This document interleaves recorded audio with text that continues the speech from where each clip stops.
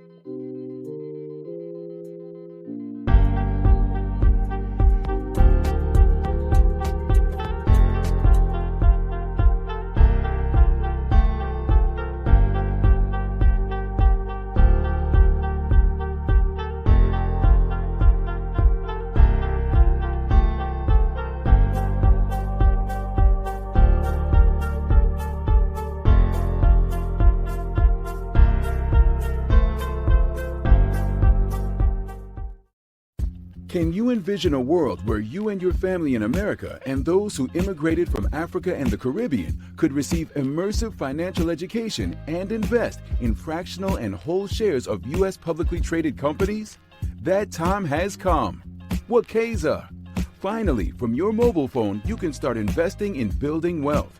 Wekeza.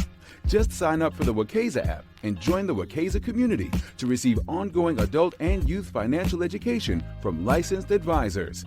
Wekeza. You become a financially educated and protected investor. Wekeza has one empowering objective: creating financial inclusion and your family's generational wealth for the African diaspora. Wekeza.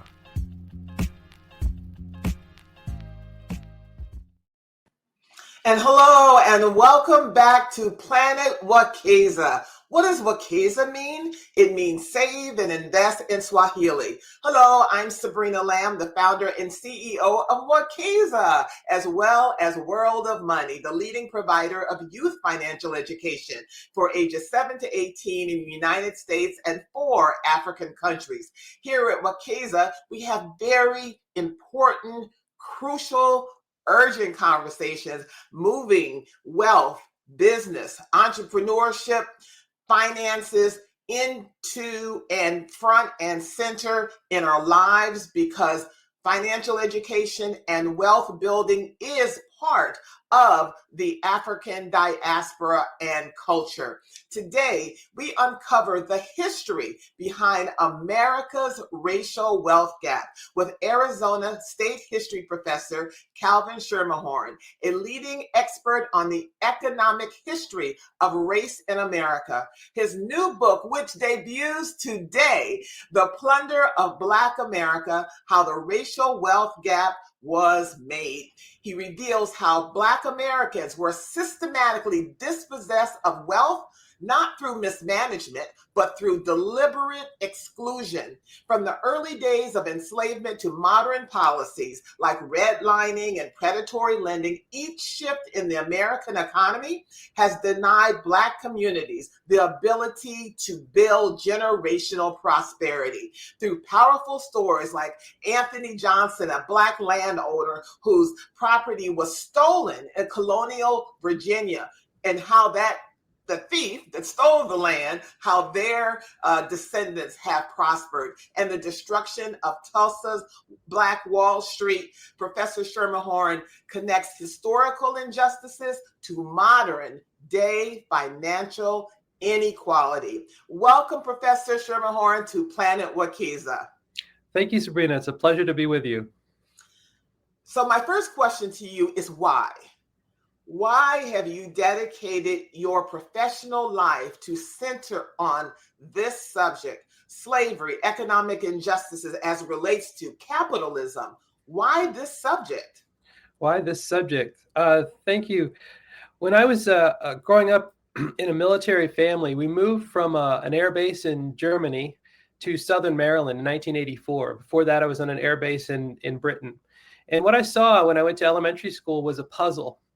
Why was it that William's father picked up a mop and a bucket when he went to work? And why did my father pick up a briefcase?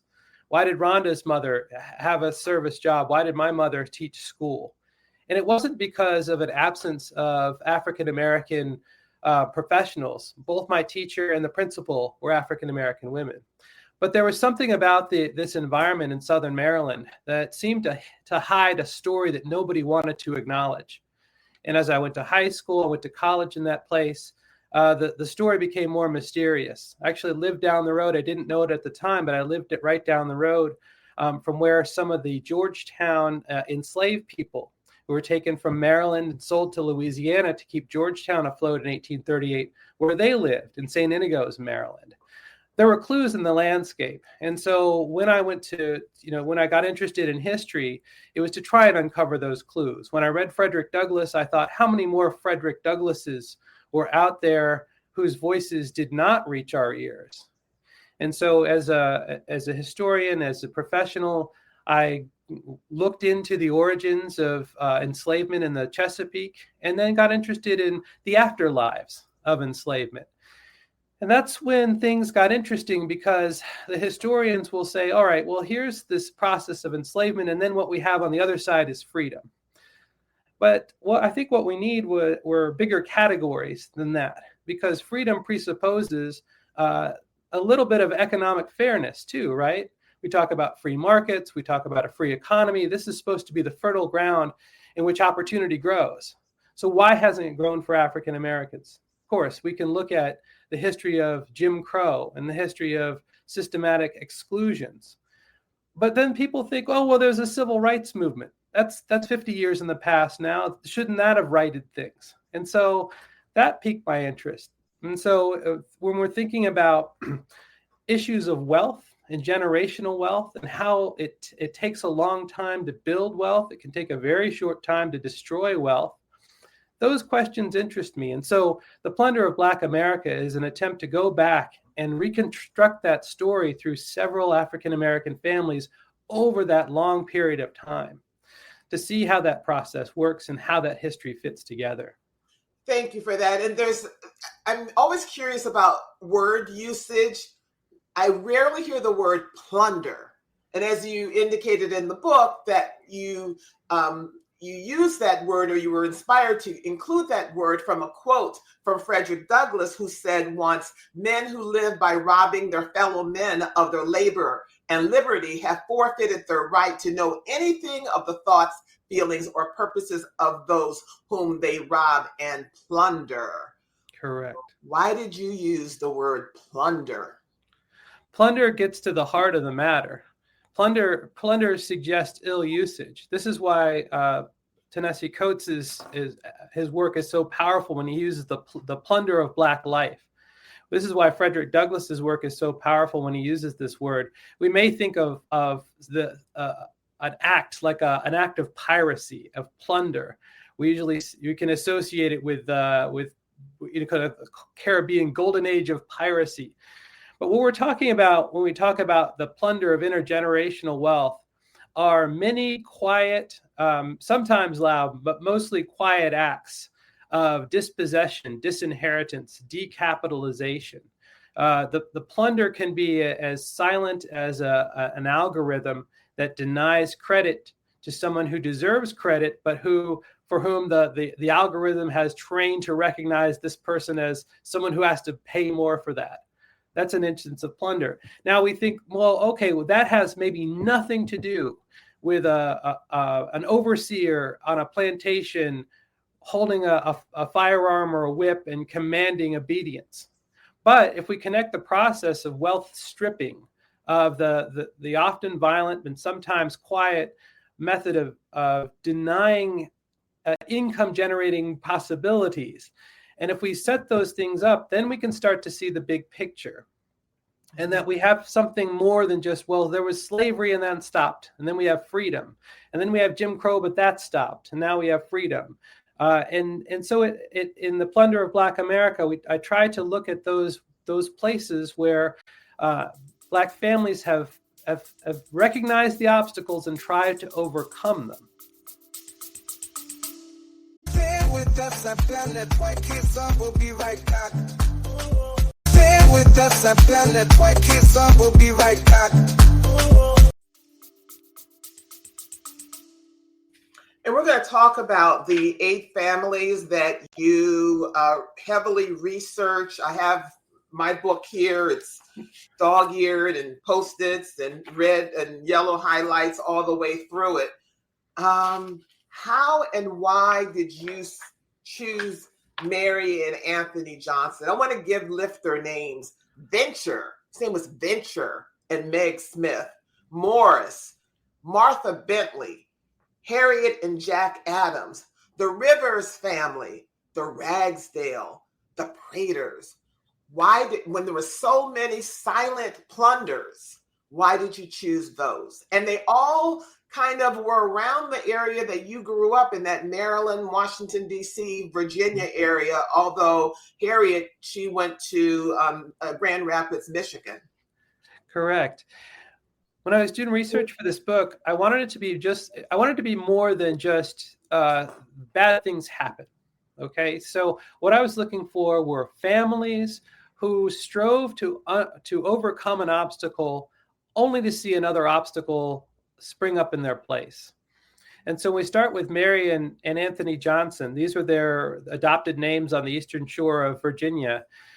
They were young people in what's today Angola, who were captured, taken down the Kwanzaa River Valley, branded by Portuguese merchants and sold to enslavers, taken on a slave ship across the Atlantic, who was intercepted by English pirates.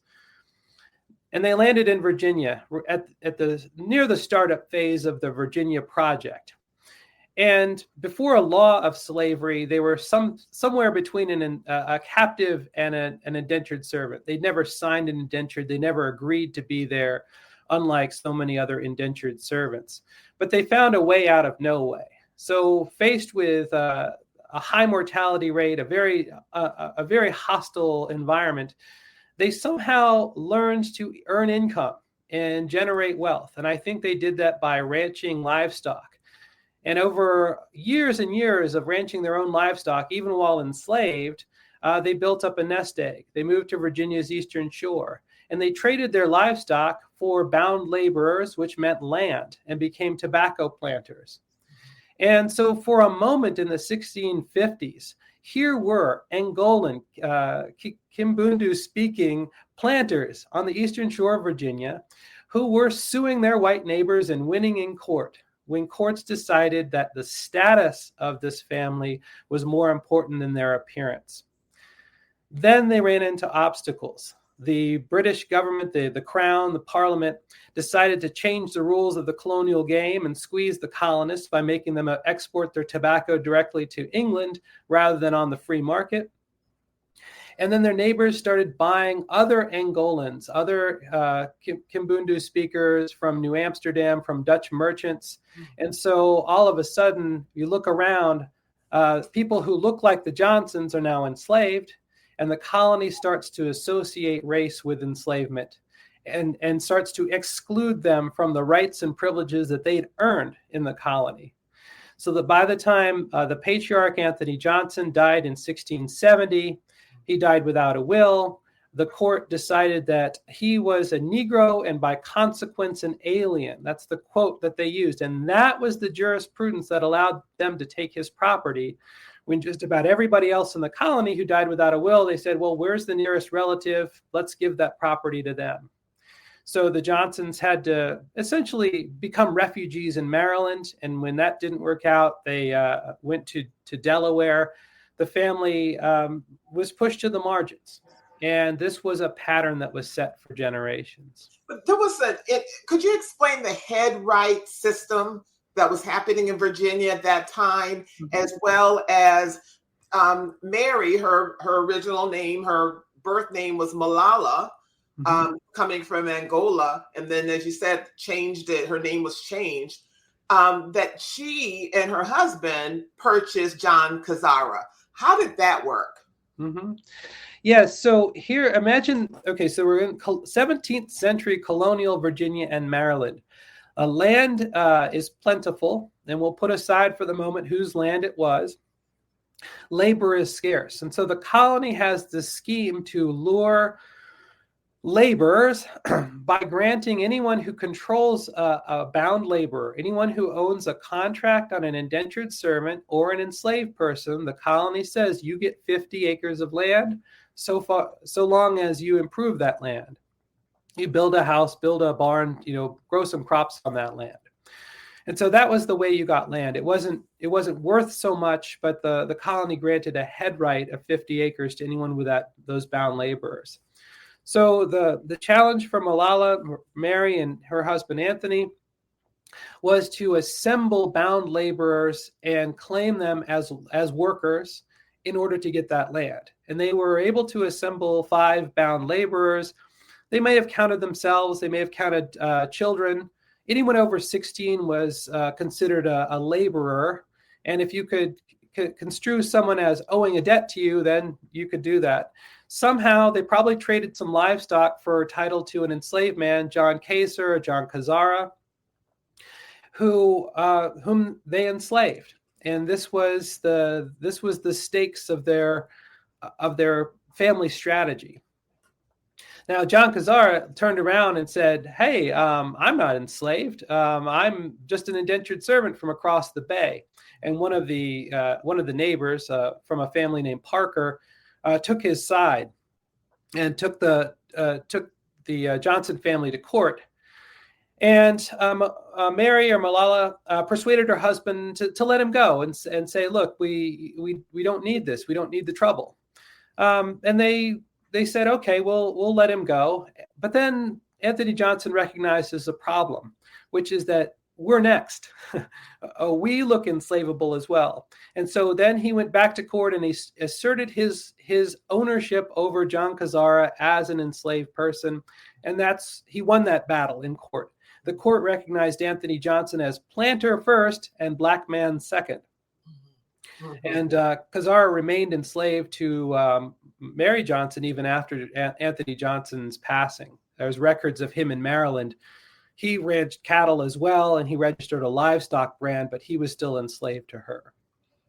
And the quote that you reference, Judge John Stronger, said the reason why Anthony could not own or bequeath any land to anyone, to his family, or his land could not be given to his family, be given to a stranger. The quote was, Anthony was a Negro, any by consequence an alien, and for that cause the land doth its sheet, return to the state. Did that a couple of times in Anthony and Mary's life. That's correct. And so that was Virginia jurisprudence. Okay, it's open and shut, and they use this term alien. And 12 jurors as well. Yes, yeah. And it was a court, right? It wasn't just the whim of one person. And so this is how racial wealth discrimination gets codified in law. It gets sewn into the jurisprudence of colonial America.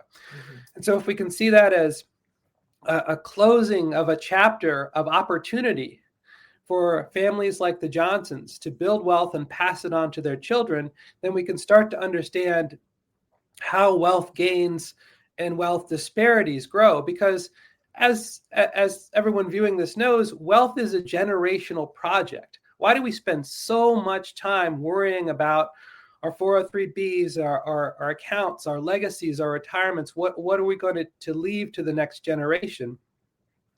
And so unlike something like voting rights, which presumably you can switch on, right? If people lack voting rights in the next election, we're going to open the polls, or in the next election, we're going to close the polls to anybody who can't show the proper ID. These things are, we seem to be able to switch them on and off. Wealth is not like that. And so if we think about, excuse me, every dollar having a history, what is the history of your family wealth, of my family wealth? And then if we look at that over a long period of time, we can start to understand why it is we have such a tremendous wealth disparity by race in the United States today. Mm-hmm. And before we move on and talk a little bit about venture and Meg Smith, when I Googled the descendants of, well, first talk about George Parker, who received the land, some 200 acres, I believe it was, of Mary and Anthony Johnson's land, and how his descendants have prospered in that area. But when I Googled them, they don't mention anything, well, I kind of snatched this land, stole this land from Anthony and Mary. Yeah, so this is the Parker family of Virginia's Eastern Shore, and they were hostile to the Johnson family and took them to court and abetted schemes to take their land. And then once the Johnson family land became Parker family property, it grew.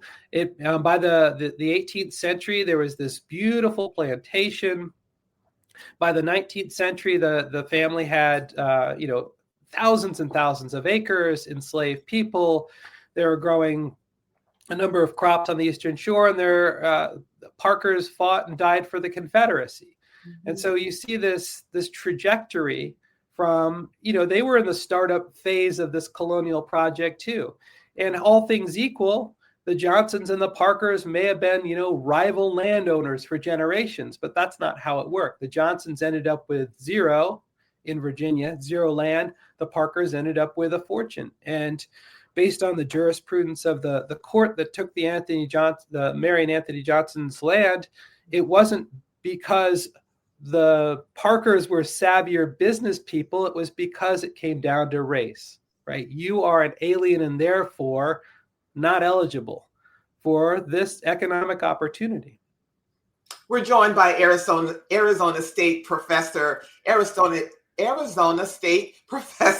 Schermerhorn, who's the author of his groundbreaking book, which debuts today, The Plunder of Black America: How the Racial Wealth Gap Was Made. Talk a little bit about Brotour Furrow. That was his original name when he was enslaved in 1739 and kidnapped from Ghana. Brotour Furrow, who's the person that snatched him, changed his name to Venture, as he was an investment venture. Yes, Brotour, this is a fascinating case. So here's somebody who grew up as the son of a nobleman in what I think and what scholars think is the far north reaches of Cameroon today. And so he was subject to a conquest, if you like, that put his father on the spot. And the conqueror came in and said, reveal your people's wealth and I'll spare your life. He said, I don't trust any promises that you make. And so Brotour saw his father murdered. He was soon kidnapped, separated from his family, marched about 1,000 miles to Ghana, to what's today Ghana and the coast, and sold to English enslavers who were coming from Rhode Island. And for a length of calico cloth and a measure of alcohol, he was bought and sold to a sailor named Mumford, who renamed him Venture, exactly as you say, Venture designating an investment. And so here's this boy, 10, 11 years old, now aboard a slave ship sailing across the Atlantic. The sailor Robinson Mumford decided, I'm not going to sell him in Barbados. I'm going to keep him and put him to work on Fisher's Island, which was the westernmost part of colonial New York, right off the coast of Stonington, Connecticut today. And so Brotour, now renamed Venture, grew up on this island, was made to do a number of very hard tasks. The Mumford children went to school or had tutors come to them, but Venture had to work and work very hard. Now, this Mumford family was an enterprising family of capitalists. They put a price on everything, and Venture soon learned that maybe if he could work a little bit extra over and above what they demanded of him, he could save up coins. He could eventually buy his freedom. On that island, on Fisher's Island, there were abundant resources to do that. He could trap fur animals, he could fish, he could garden in places where they didn't require, that he could grow crops on his own. And he met Meg, who was in the same position as he was, also enslaved, also could describe the smell of a slave ship as she was transported across the Atlantic. And together they cooperated. They got married. They tried to build a life. But when Meg became pregnant with their first daughter, Hannah, they realized the laws of New York or the laws of Connecticut construe this baby as property, as someone who's kinless, who's someone who's the ownership bond between the Mumfords and Meg's daughter was stronger than her claim to her daughter as a mother. And so Venture decided to flee for the Maspee River on Long Island, maybe a safe haven. That plan failed, and the owner, George Mumford, sold him to a Connecticut buyer. And this starts a cycle, a crisis cycle in the Venture and Meg Smith. They didn't call themselves Smith at the time, but the Venture and Meg family, where each person who gets his hands on Venture or Meg decides they're going to use them like a cash machine. They're going to hold out this prospect of freedom and say, oh, if you just work a little bit extra, earn money on the side, we'll sell this to you. And the Plunder of Black America tells this story because Venture very clearly remembered the value of things. And so I could go back and calculate how much value he created, how much he earned.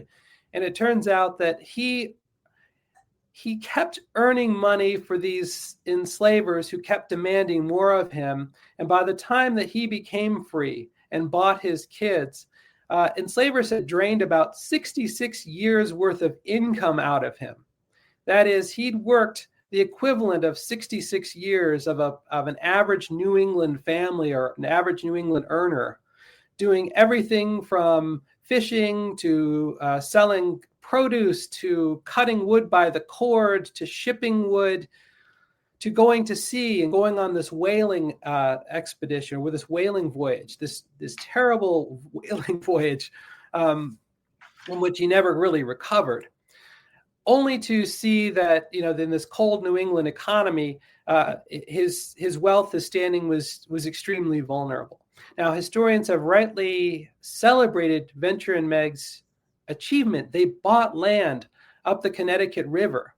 They had a home, they had acres, but compared to what they'd earned over a lifetime, this was a small fraction of the wealth they should have generated. And then in their old age, they had to eat that wealth. They had to sell off pieces and rely on their children.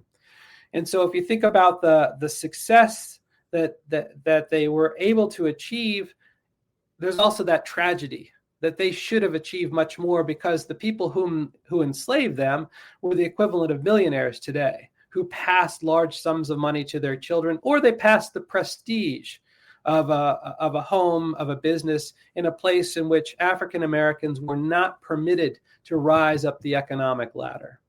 What does Venture Smith's struggle to buy his family's freedom, had to buy his children, illustrate about the cost of Black determination in colonial America?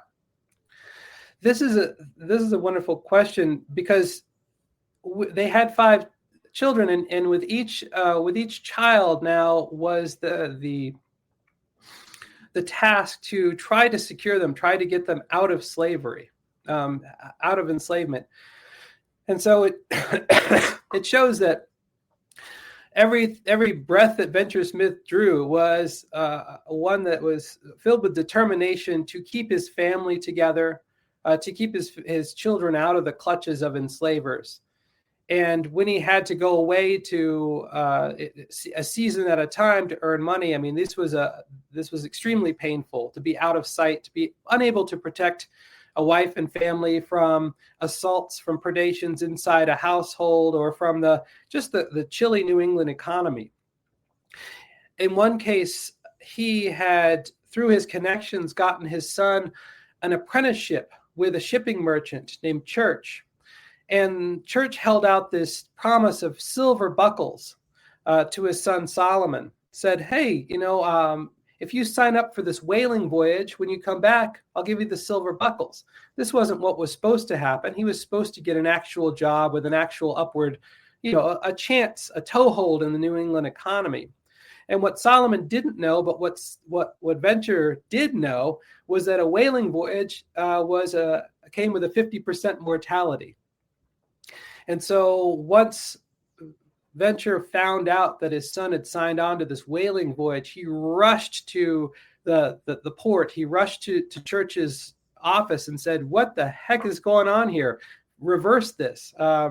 He didn't get a chance because he saw the ship leaving. And on that ship was Solomon, 16 years old, who came down with scurvy and died aboard this whaling voyage. And so this was heartbreaking. Solomon had already spent years and years of income freeing him from the enslaver's clutches, only to see this predatory move in this first kind of misplaced act of professional trust. It just takes your breath away. Takes your breath away. Let's talk a bit about Morris. We're now in 1754, and I love that you center on Morris as opposed to the person that we all know once you share about him and his life in Virginia in 1754 up to 1795. Could you talk about Morris? Yeah, Morris was born in Newcastle County, Virginia in 1729. He was owned by a wealthy merchant and politico, John Custis IV, one of the most powerful men in Virginia. John Custis IV's son, Daniel Parke Custis, wanted to marry a beautiful teenage daughter of a planter named Martha Dandridge. Of course, John Custis did not like this, but he died in 1749, and Daniel Parke Custis married Martha Dandridge in 1750. And so Morris was a carpenter on their estate. It was called White House in New Kent County. And he was very good at what he did. He could join wood a dozen ways. He knew carpentry in and out. Now, in 1757, Daniel Parke Custis died without a will. Of course, Virginia didn't take his property. It went in thirds to Martha and their two surviving children. Now, Martha became the most wealthy widow in Virginia and attracted the attention of a young ex-officer, George Washington, who wanted to transition from militia colonel to planter. And so Washington married Martha. Martha Dandridge Custis became Martha Washington, and Morris, now called George Washington Master. So George Washington paid exactly zero for Morris, even though he was a skilled carpenter. He was in his 20s. And by the time he'd made the coffins for the Custis children who died of the same illness that Daniel Parke Custis did, he was no closer to getting married, getting paid, or getting free. So George Washington, recognizing his talents, moved him up to Mount Vernon, and where there was a great need for carpenters in Fairfax County, Virginia. And some of the work on Mount Vernon that still exists was performed by Morris. Now, Washington didn't reward Black capabilities, but he did recognize it. And so he decided to promote Morris to the overseer of one of his farms. Now, when George Washington owned Mount Vernon, he was creating kind of a diversified agribusiness. And Mount Vernon had 5 working farms. George Washington didn't want to grow tobacco like the Custis family. He wanted to diversify. So once he recognized that Morris could do the job of a white overseer, he had a good thing going. because he didn't pay Morris anything. I mean, he paid him a stipend, about 1/10 what he paid for a white overseer. And for that, Morris could live with his wife, Hannah. Washington only let about 1/3 of married couples on Mount Vernon live together because it was just inefficient, right? You don't want people who are working on different parts of the estate having to live under one roof, right? That was not good for management. So Morris got the management job. He was in charge of about 13 enslaved people, and he was the face of their enslavement. And so Morris toiled for 20 years, making this part of Mount Vernon run smoothly. He was in charge of assigning work, of accounting, how many hogs were slaughtered, how much herring had been distributed, how many apples were picked, were the tools in good order, who was pregnant, who was nursing, who was sick, who was able to do this or that. And so Washington came to depend on him. In his records, he wrote down, he didn't call the farm what he had called it before. He called it Morris's. Now, this was a good thing for Washington and Mount Vernon business-wise, and so he promoted other enslaved people into management as well. So that by the time George Washington went off to the Continental Congress in 1774, much of what was running at Mount Vernon was Black supervised. There was no question in his mind that Morris and the other African American managers were every bit as good as the white guys who came and went, who abused his trust, who stole his equipment, who ran roughshod over his enslaved workers. Morris did the job. Now, this didn't work out for Washington during the Revolutionary War because of the economic hard times.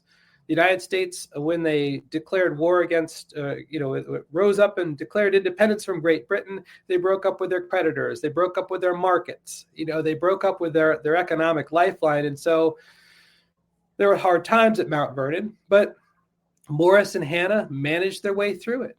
Washington trusted him so much that when the British threatened to come up the Potomac River, he hid his valuables, his rum, his good stuff, over at Morris's place because he trusted him so much. And then when a British sloop of war, the HMS Savage, came up the Potomac River, they blew up a Patriots plantation across the river in Maryland. They sailed across, trained their guns on Mount Vernon, and said, hey, any enslaved person who wants to come and join the British, come on down. And by the way, we want food. We want supplies. And so Morris was tasked with giving the British those supplies. So go ahead. No, I was going to say, when you hear and you read these stories, everyone, please purchase this book. We have part of financial education is financial history education. But you think, well, how could these people treat these people, Black people, African Americans, in this way? And then you write in the book that the enslavers' justification for unpaid labor for their entire lives was claiming that raising enslaved workers until at least age 15 was a financial investment, and their first 8 years of adult work merely repaid their upbringing. This was a rationalization. Mm-hmm. They were doing the Black workers a favor.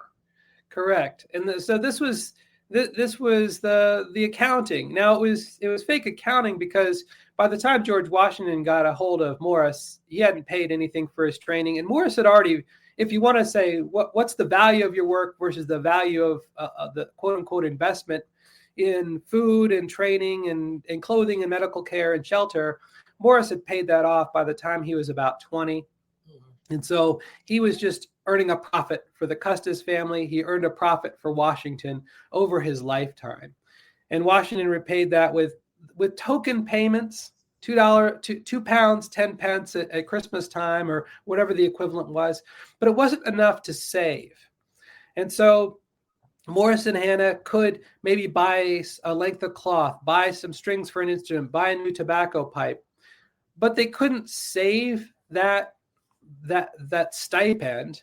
And so when Morris died at age 66 in 1795, they buried him in the dirt in the farm that he had superintended for 20 years, and that was it.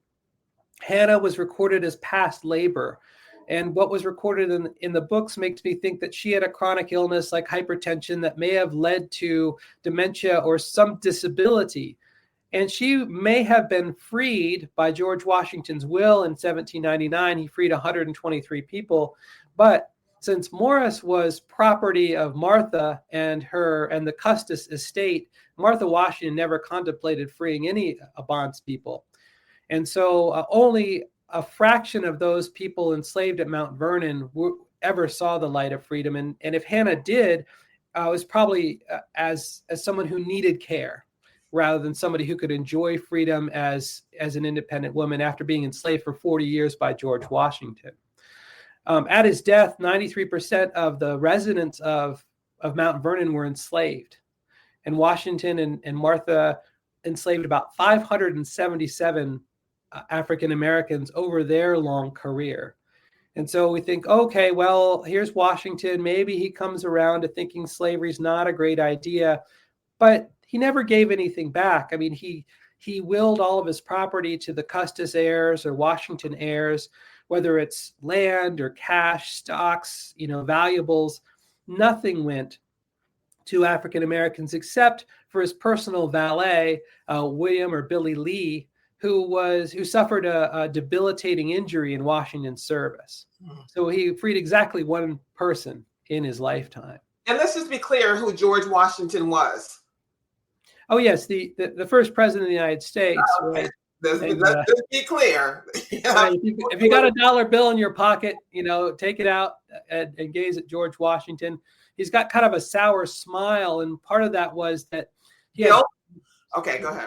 really severe dental problems, and he paid for the teeth of Black donors, and we don't know to the extent to which they've donated those teeth voluntarily. All right. And then Mount Vernon, let's also be clear, this was the mansion that Morris and other enslaved Black workers built. It's still standing, at least the bones, and it's currently used as a wedding venue, everybody. How insulting. How insulting. In the interest of time, please, everyone, purchase this book, but I definitely would like to touch on the Underground Railroad and Mary Bentley and her descendants to Canada. And everyone, please read about Harriet and Jack Adams in Grand Rapids, Michigan, and their advocacy, members in fighting for civic and economic rights there with members of the NAACP, created a home for so-called colored girls, etc. But could you talk about Mary Bentley and her descendants in the Underground Railroad in Canada? We don't talk about that area of the country much. Yes.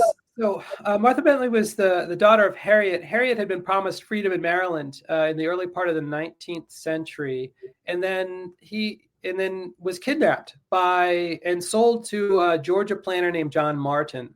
Martin had children with Harriet, probably not consensually. One of those children was Martha.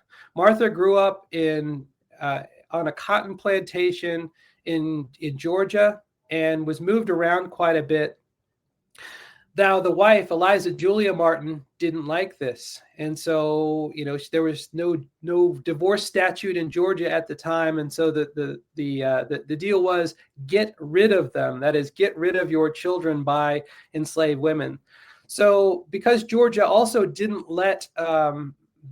sanction Black freedom at the time, John Martin hired a cart, hired a driver, and drove Martha Bentley up to Cincinnati, Ohio, where he dropped her off with a quote-unquote caregiver, gave her enough money for clothes and shoes and school. He went back to Georgia and died.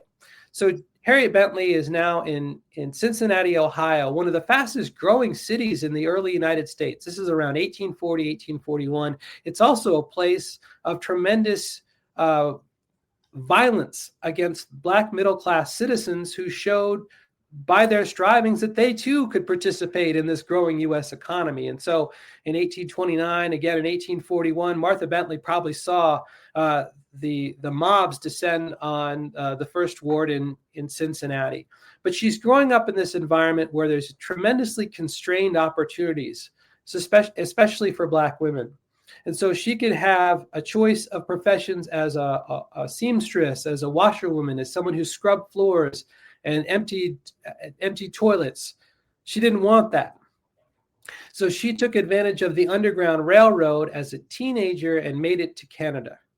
And so this was what they called Canada West at the time, now Ontario, was a series, if you can imagine, dots of villages and communities on that plain where African American expatriates came together for mutual support to try and make a living away from the slave catchers, away from the kidnappers in the United States. Because even though she was, nominally free in Ohio, the laws of Georgia followed her to Ohio. So if anybody caught her, if any of the heirs caught her and said, "Oh, you're actually property of the Martin family," she couldn't really contest that. So in Canada, she met another fugitive from enslavement, Henry Goings. They married and had 5 children. Those children, 4 out of those 5 children crossed back into the United States. All 5 crossed back in the United States, but 4 of them landed in Grand Rapids, Michigan, eventually.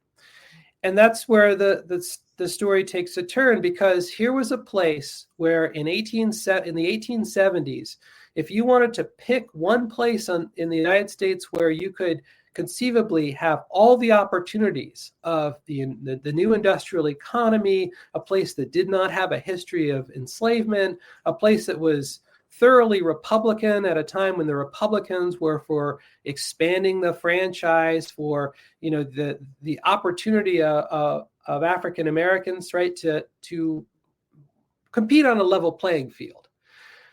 But the book tells the story of this branch of the Goings family who did the hard work, who put in the hard work, but that yielded diminishing returns, as so many avenues to uplift in this industrial economy were closed because the factories didn't hire Black workers. The design industry didn't hire African Americans. There was discrimination in schools, discrimination in lending, and then after all that, the real estate industry started to turn on them and box them into this one corner of Southeast Grand Rapids. When the Goings family arrived in the 1870s and 1880s, they could and did live anywhere they wanted. They could buy real estate. And Michigan at the time was beckoning not only Americans from the East Coast, they were saying, "Hey, you Canadians, you French, you Dutch, come to Michigan. Work in our industries." And this was the center of the furniture and industrial design industry, the first place in the United States with a multi-user hydroelectric power plant. I mean, this was ground zero for the American Industrial Revolution.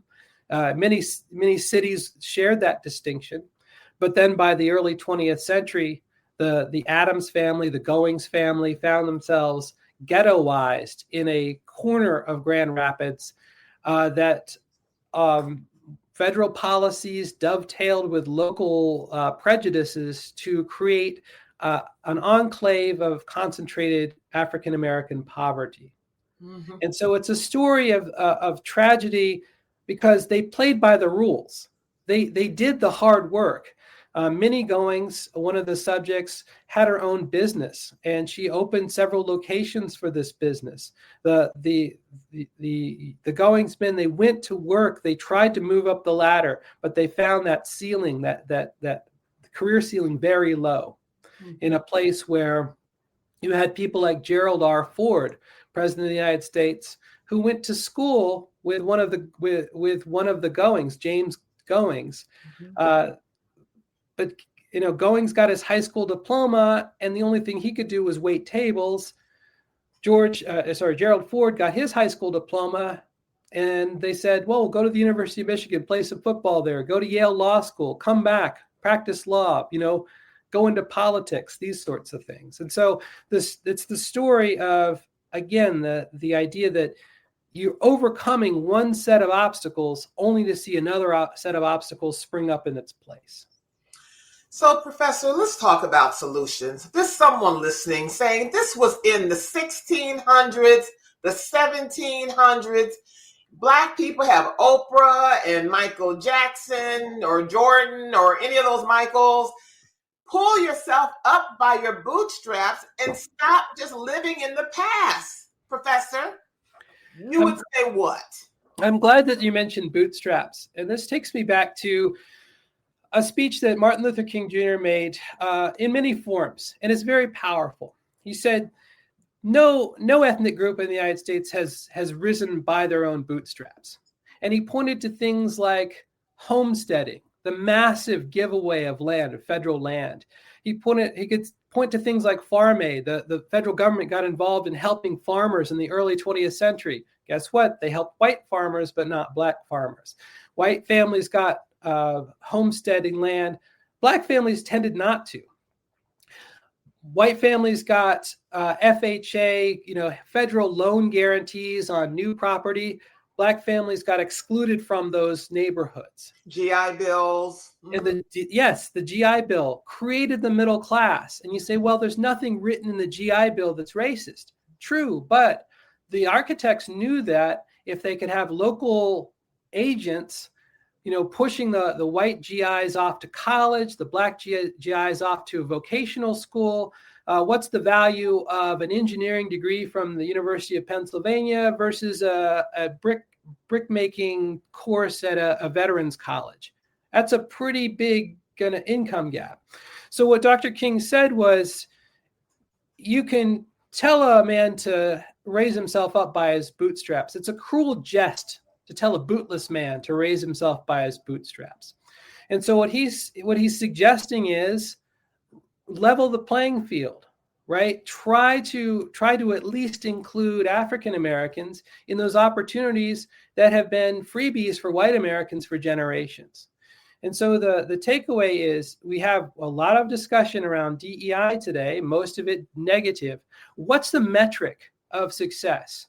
I suggest the metric of success is wealth equality, maybe secondarily income equality. If there's a gap in income with an apples to apples comparison, again, a white male wages, black female wages, once they're aligned, we can get rid of DEI, right? What about the wealth gap? When that's equalized, currently, depending on the measure, it's either 15 or 16 to 1. That is for I'm sorry, not 15 or 16 to 1. It's about 8 times. So for every dollar a typical white household has, a typical African-American household has about 16 cents. That should be the measure of success, not the perception of unfairness.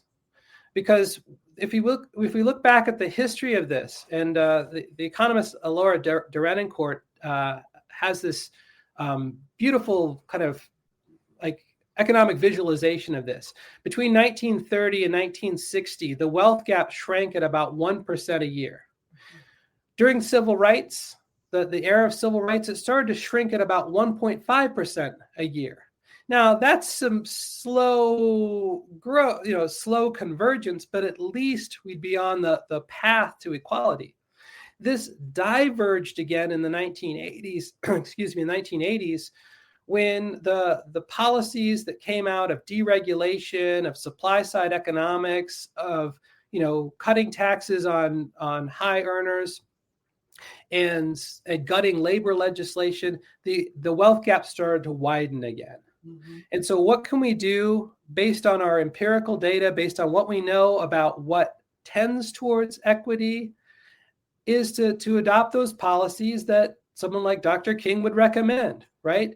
Take your boot off the neck of people who are seeking opportunity. Mm-hmm. And for all this talk about, DEI is harming white people, it doesn't harm white people. In fact, most of the beneficiaries of affirmative action in DEI are white women. Mm-hmm. So we saw in the 1970s that African American women's wages almost converged with white women's and then diverged again in the 80s and ever since. Right. So that could be a conversation, a national conversation we could have. And we've seen in the last few weeks, this is all on this sort of frontal assault on what's called DEI, which is reduced to this rhetorical name calling.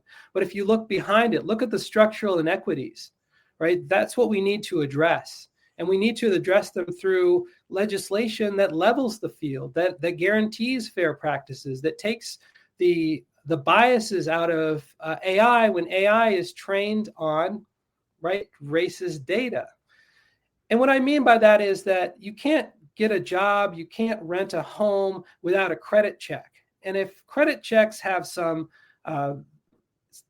inequities built into them, right, at credit reporting, then we have to look at that. And so what the book suggests as far as steps towards solutions is to look at those laws and practices that tend to widen equality and work to rectify that. So who do you think would be a receptive audience for you? You can call anyone. Who would you like to speak to right now that you think that will warmly receive your proposal in this climate in 2025? You know, this is an interesting question because California in the last several years has had a task force on reparations. And that task force has gone through and done the math and done the hard work of saying, what is it that has created wealth inequities and divergence in California? And it's like an 800 or 900 page report.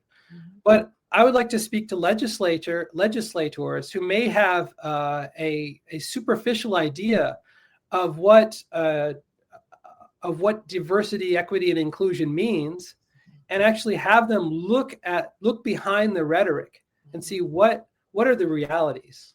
Right, and that legislation or that proposal was given the kibosh by Governor Newsom, would not allow it to move forward. Yes, and that's unfortunate because I would encourage any California or any state legislator to read that, any national legislator to read that. And so I think a receptive audience should be anybody who takes these issues of inequity or inequality seriously, who wants to get beneath the nasty rhetoric around this, which says that, oh, this just boils down to Black people trying to get something that they didn't earn.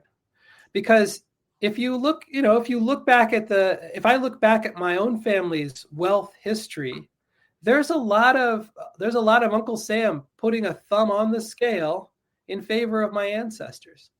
This is not true. This would not be true if I had been born Black. And so if we think about that, maybe we can turn the page on this discussion. Final question. How does America benefit by continuing its policies that widen the racial wealth gap, that continue to keep them in place? I don't think anyone benefits in the long run. How does America think because someone must think everything is wonderful. How would America say, this is fine, everything's fine, relax? Yes. So if you've got another hour, we can try to approach the issue of deep-seated racism. But here's something that the book tries to take issue with. The market is not self-correcting. The free market is one in which the history is with us, right? Every dollar has a history. The theft of dollars have a history too. And so we can't automatically think that, if we just remove the regulation, remove the restraints, we remove this, the growth will emerge, that everyone will benefit from this. This hasn't been true over 400 years of American history because of the jurisprudence of those Virginia courts, because of the predatory nature of those New England enslavers who wrung cash out of Venture Smith for years and years and years. It's not true because of the legacy of Morris's family versus the Washington family, how wealth is concentrated in these ways.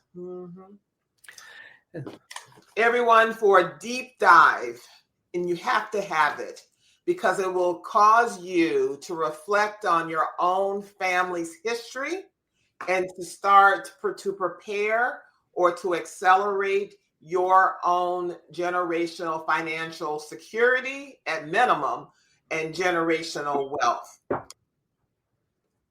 Here's the book. Author of The Plunder of Black America, How the Racial Wealth Gap Was Made. I've been honored to have a conversation with all of you and Professor Calvin Schermerhorn, Arizona State history professor. Thank you so much for joining us here at Planet Wekeza. Thank you, Sabrina. It's been wonderful.